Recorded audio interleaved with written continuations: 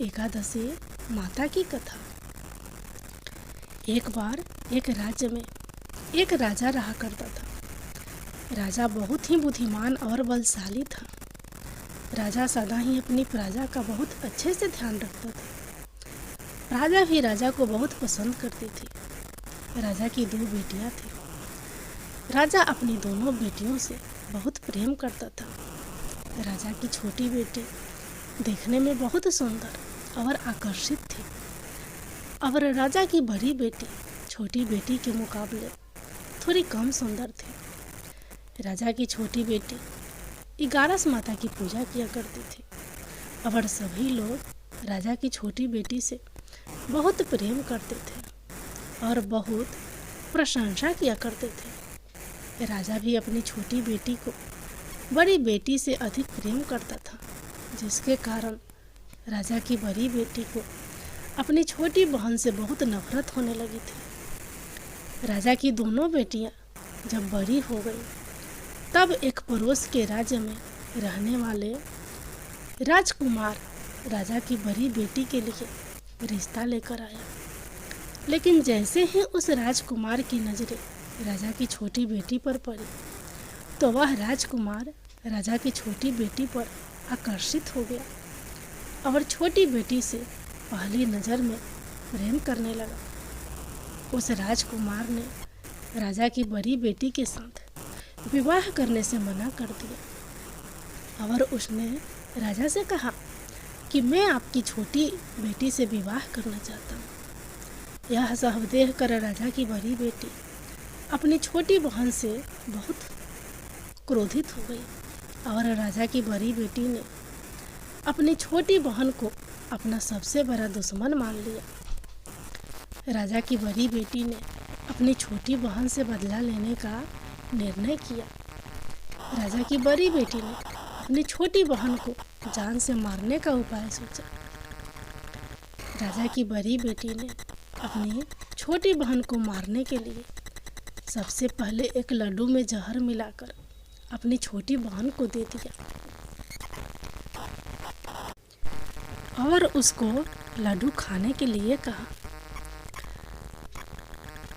लड्डू खाने के बाद भी छोटी बहन को कुछ भी नहीं हुआ। बड़ी बहन यह देखकर बहुत आश्चर्यचकित हो गई, लेकिन बड़ी बहन ने हार नहीं मानी। जब उसकी छोटी बहन रात में कमरे में सो रही थी तब उसने एक मटके में सांप रखकर उसके कमरे में छोड़ दिया, लेकिन सांप भी छोटी बहन का कुछ नहीं कर पाया। जिसके बाद बड़ी बहन ने अपनी छोटी बहन से कहा कि चलो हम लोग कुएं में से पानी भर कर लाते हैं, जिसके लिए वह अपनी छोटी बहन को पानी भरने के बहाने कुएं के पास ले गई और उसने अपनी छोटी बहन को कुएं में धक्का दे दिया।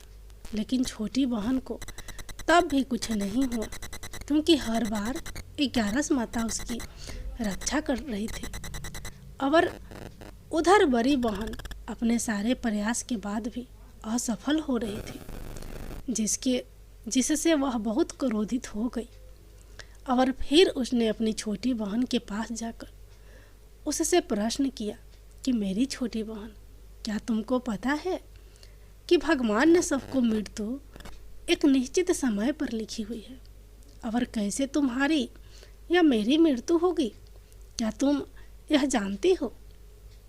तब छोटी बहन ने अपनी बड़ी बहन को बताया कि हाँ दीदी, मैं तो जानती हूँ कि मेरी मृत्यु कैसी होगी। छोटी बहन से यह सब बातें सुनकर बड़ी बहन मन ही मन बहुत खुश होने लगी और उसने अपनी छोटी बहन से कहा कि तुम जानती हो, तुम मुझे अपनी मृत्यु का राज बताओ। तब छोटी बहन ने अपनी बड़ी बहन से कहा कि मेरी मृत्यु तो एक तोते में है। जो तोते के गले में एक हार है, उससे मेरी मृत्यु होगी। जब तक कोई भी व्यक्ति तोते को मारकर उस हार को अपने गले में पहनेगा तो मैं मूर्छित हो जाऊंगी, और जैसे ही उस हार को अपने गले से उतारेगा तो मैं वापस से जीवित हो जाऊंगी। अपनी छोटी बहन की मृत्यु का राज जानकर बड़ी बहन बहुत खुश हुई और उसने अपनी छोटी बहन को मारने के लिए उसके पालतू तोते को ढूंढना शुरू कर दिया। और छोटी बहन को इस बात का अभ्यास हो गया था कि कोई उसकी जान लेना चाहता है, जिसके लिए वह अपने पिताजी के पास गई। और उसने अपने पिताजी से कहा कि पिताजी, मेरी मृत्यु के बाद आप मुझे मत जलाइए, आप मुझे अपनी पुरानी वाली हवेली में एक पलंग में लेटाकर छोड़ दीजिएगा। अपनी छोटी बेटी की यह बातें सुनकर राजा बहुत आश्चर्यचकित हो गया। राजा ने अपनी छोटी बेटी से पूछा कि बेटी, तुम यह क्या कह रही हो? तब राजा की छोटी बेटी ने बताया कि पिताजी, समय किसी के लिए नहीं रुकता है। कब किसको हो जाए, इसका किसी को कुछ नहीं पता। फिर राजा ने अपनी छोटी बेटी से कहा कि तुम ऐसी बातें क्यों करती हो? 2-3 दिन के बाद तुम्हारा विवाह है। लेकिन छोटी बेटी ने अपने पिताजी को ऐसा करने पर मजबूर कर दिया और उनसे वचन ले लिया। राजा ने भी अपनी छोटी बेटी की बात स्वीकार कर ली। और 2-3 दिनों के बाद जब शादी का समय आया, तब राजकुमार बारात लेकर राजा के घर आया और राजकुमार और राजा की छोटी बेटी का विवाह शुरू हो गया। जैसे ही राजा की छोटी बेटी राजकुमार के साथ फेरे लेना शुरू हुई, तो उसकी बड़ी बहन अपनी छोटी बहन के कमरे में जाकर उसके तोते को पकड़ लेती है और उसको जान से मार देती है। तोते के गले में जो हार था उसको अपने गले में धारण कर लेती है। और जैसे ही बड़ी बहन उस हार को अपने गले में धारण करती है, तो उधर छोटी बहन 3.5 ही फेरे ले पाती है और वहीं पर बेहोश होकर गिर जाती है। जिसके बाद राजा ने बड़े बड़े दर्द हाकिमों को बुलाया और अपनी छोटी बेटी का इलाज करने के लिए कहा। राजा की बात सुनकर जब वैद्य ने छोटी बेटी को देखा, तो राजा को बताया कि आपकी छोटी बेटी ना तो जीवित है और ना ही मरी हुई है। ऐसा मैं पहली बार देख रहा हूँ। राजा ने वैद्य और हाकिमों को यह बात बाहर बताने से मना किया था और उनको कहा कि अगर तुमने यह बात किसी को बाहर बताई तो हम तुमको फांसी दे देंगे। राजा ने अपनी छोटी बेटी को पुराने महल में जाकर एक पलंग में लेटा दिया और वहाँ पर कुछ सैनिकों को तैनात कर दिया। इसके बाद राजा वापस अपने महल पर आ गया। राजा की बड़ी बेटी अपने पिताजी के पास आई और कहने लगी कि पिताजी, अगर यह शादी संपन्न नहीं हुई तो आपकी इज्जत का क्या होगा? आप कहे तो मैं आपकी इज्जत बचाने के लिए राजकुमार से शादी करने के लिए तैयार हूँ। जिसके बाद राजा ने अपनी बड़ी बेटी की बात मान ली और राजा ने बड़ी बेटी को छोटी बेटी के कपड़े पहनाकर मंडप में भेज दिया। लेकिन राजकुमार यह जान गया कि यह राजा की छोटी बेटी नहीं है, बल्कि यह राजा की बड़ी बेटी है। लेकिन जब राजकुमार ने शादी करने से मना किया, तो सभी लोगों ने राजा को बेबस करके राजा की बड़ी बेटी से बचे हुए फेरों को संपन्न करा दिया और विवाह संपन्न हुआ। जिसके बाद राजकुमार राजा की बड़ी बेटी को अपने महल ले गया। विवाह होने के बाद राजकुमार उससे ना तो बात करता था, ना उसे पसंद करता था और ना ही उसके आसपास कभी भटकता था। और राजकुमार ने यह फैसला लिया था कि वह अपनी प्रेमिका को ढूंढ कर रहेगा और यह जानकर रहेगा कि उसके साथ आखिर हुआ क्या है। एक दिन राजकुमार अपने घोड़े पर सवार होकर राजा के पुराने महल के पास पहुंचा, जहां पर उसने कुछ सैनिकों को देखा। महल के पास पहुंचकर राजकुमार ने जब महल को ध्यान से देखा, तो वह समझ गया कि यह तो हमारे ससुर जी का महल है। तब राजकुमार ने सैनिकों से पूछा कि तुम लोग यहाँ क्या कर रहे हो और इस महल के अंदर उस पलंग में कौन लेटा है। जिसके बाद सैनिकों ने बताया कि यहाँ पर राजा की छोटी बेटी लेटी है। यह सुनकर राजकुमार बहुत प्रसन्न हो गया और वह तुरंत अपनी प्रेमिका के पास पहुँच गया और उसकी सेवा करने लगा। जैसे ही रात हुई तो राजा की छोटी बेटी उठकर खड़ी हो गई। राजकुमार यह देखकर बहुत खुश हो गया और उसने अपनी प्रेमिका से पूछा कि तुम यहाँ क्या कर रही हो, तुम मेरे साथ मेरे घर चलो। राजा की छोटी बेटी ने राजकुमार को सारी बातें बता दी कि मेरी जान एक तोते में बसी थी और मैंने यह बात सिर्फ अपनी बड़ी बहन को बताई थी और मुझे पता है कि उसने ही मुझे मारने का प्रयास किया है। उसके पास एक हार है जिसको वह सुबह पहन लेती है और रात को उतार देती है। जब तक वह हार को पहन कर रखती है तब तक मैं मूर्छित रहती हूँ और जैसे ही वह हार को उतार देती है तो मैं जीवित हो जाती हूँ और जब तक मेरी बड़ी बहन के पास वह हार रहेगा तब तक मैं ऐसे ही जीवित और मूर्छित होती रहूँगी।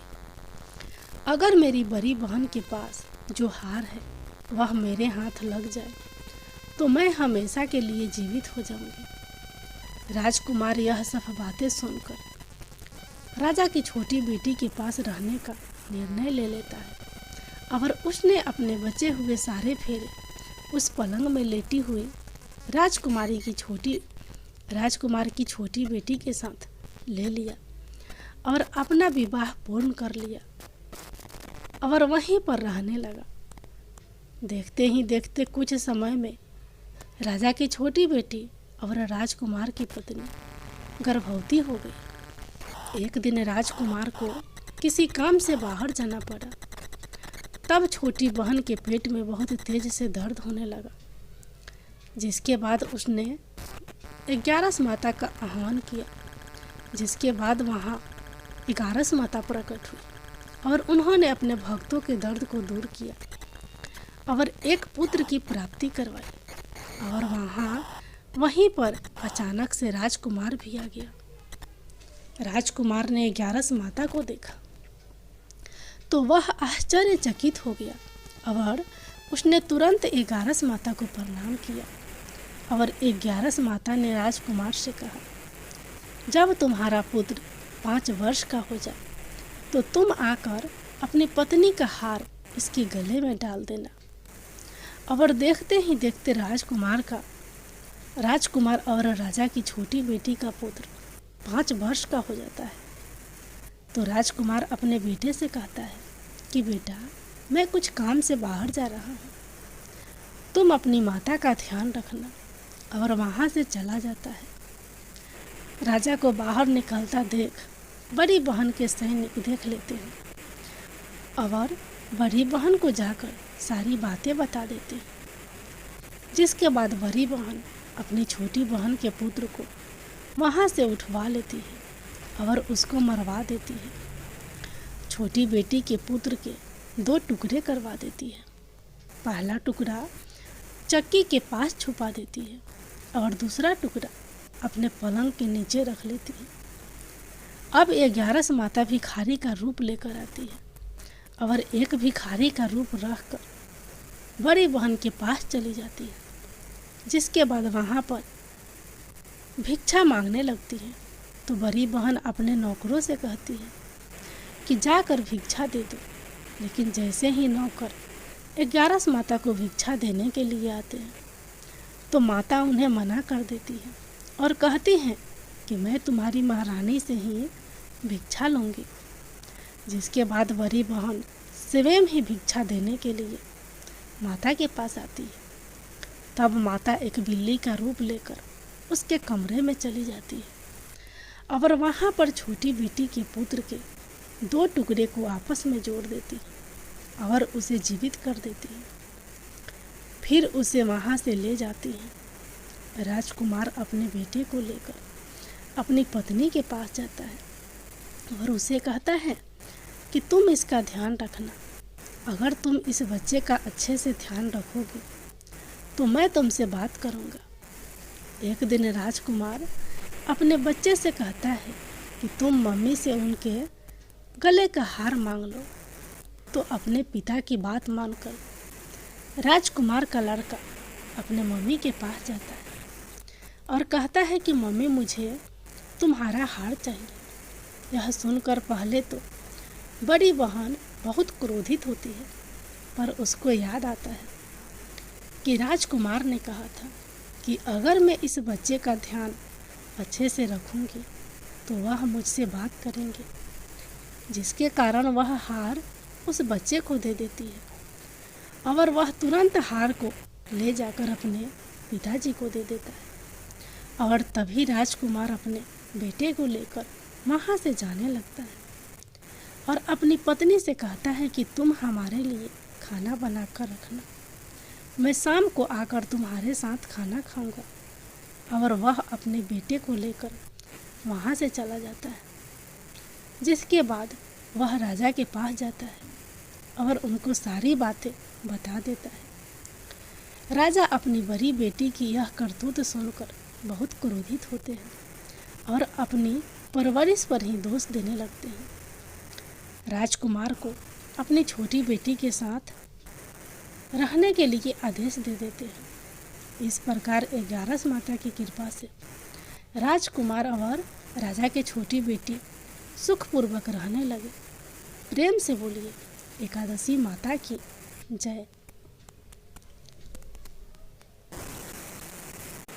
अब आप लोग सुनिए एकादशी के दिन सुने जाने वाली राजा धर्मकीर्ति की कथा। गालव मुनि का भद्रशील नाम का एक पुत्र था।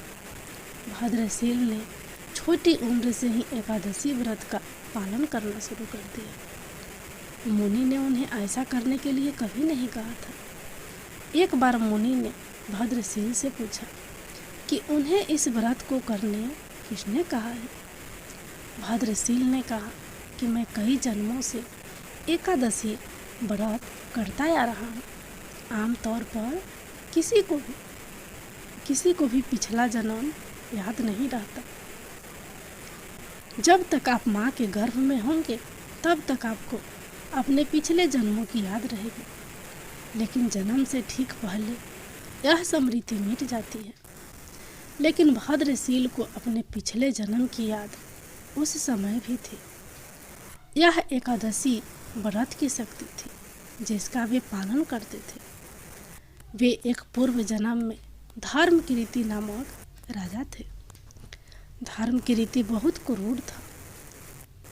उसे कोई पसंद नहीं करता था। ऐसा कोई पाप नहीं था जो उसने नहीं किया हो। एक बार वह अपने सैनिकों के साथ शिकार पर गया। उसने एक हिरण को देखा और अपने सैनिकों को उस हिरण को चारों ओर से घेरने के लिए कहा। राजा ने कहा कि जो भी हिरण को भागने देगा उसका पूरा परिवार मार डाला जाएगा। हिरण ने यह सुना और सोचा, बेचारे सैनिक, मैं उनमें से किसी को भी कुछ होने नहीं दूंगा। हिरण राजा के पास से निकल भागा। राजा ने हिरण का पीछा किया। सूर्यास्त होते राजा एक घने जंगल के अंदर फंस गया। हिरण कहीं दिखाई नहीं दे रहा था।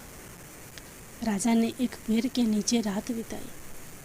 उसने दिन भर में कुछ भी नहीं खाया था।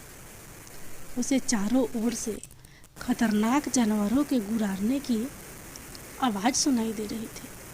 वह सो नहीं सका। राजा ने डर से श्री हरि परमात्मा से प्रार्थना करना शुरू कर दिया। फिर सुबह होते ही उसकी मृत्यु हो गई। यमदूत आए और उसे यमराज के पास ले गए। यमराज ने पूछा, तुम लोग इन्हें यहाँ क्यों लाए हो? इनका स्थान वैकुंठ में भगवान महाविष्णु के बगल में है। लेकिन राजन, यह तो महापापी है। नहीं, वह सब चला गया है। ये अब पवित्र है। जिस दिन उनकी मृत्यु हुई वह एकादशी थी। उन्होंने दिन भर उपवास किया और रात में जागते हुए श्री हरि का स्मरण किया। उनके सारे पाप दूर हो गए, वे पवित्र हो गए। यमराज ने स्वयं एक स्वर्ण रथ बुलवाया और राजा को वैकुंठ भेज दिया। जब लोगों को इस बारे में पृथ्वी पर पता चला तो वे सभी एकादशी का पालन करने के लिए और अधिक उत्साहित हो गए। एकादशी माता की जय।